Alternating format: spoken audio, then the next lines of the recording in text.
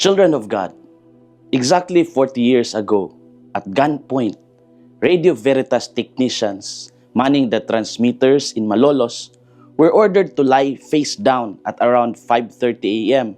on February 23, 1986, a Sunday.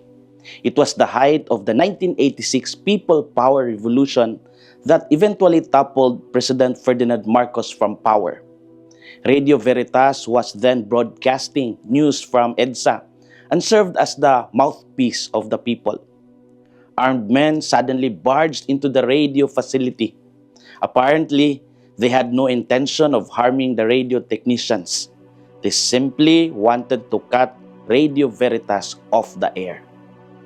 The armed men cut the telephone lines and other telecommunications facilities inside the compound. For a moment, the signal stopped.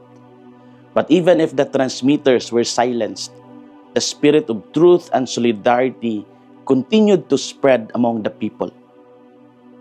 In the gospel story of Matthew, Jesus spoke about another decisive moment. He described the Son of Man coming in glory and separating people as a shepherd separated sheep from goats.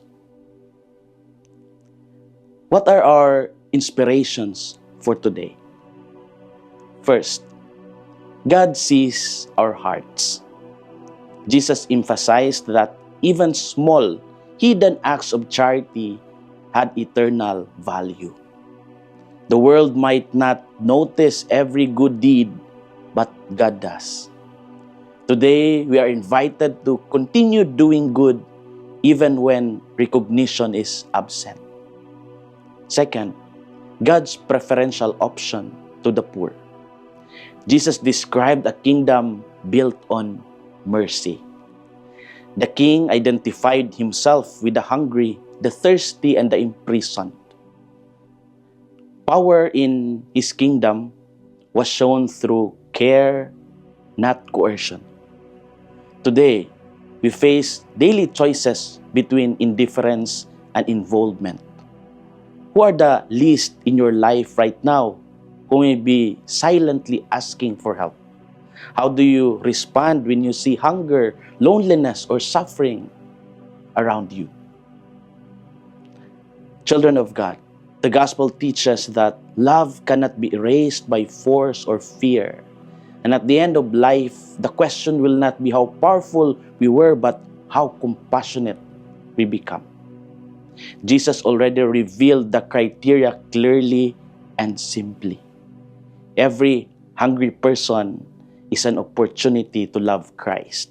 Every stranger is a chance to welcome Him. Every sick or imprisoned person is a living reminder of His presence. My lola, my grandmother said it well in Cebuano. Kinabuhing Kristiyano, kinabuhi sa pagserbisyo. Christian life is a life of service. May we choose service over mere silence.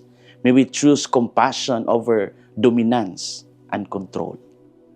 This is Father Felmar SVD, your good news caster from Radio Veritas Asia, the voice of Asian Christianity, and may the Almighty God bless you, the Father, the Son, and the Holy Spirit. Amen. Thank you for watching and listening. Stay inspired every day with our daily reflections. Be part of our growing online community of faith and inspiration. Don't miss a single reflection. Follow us on our social media platforms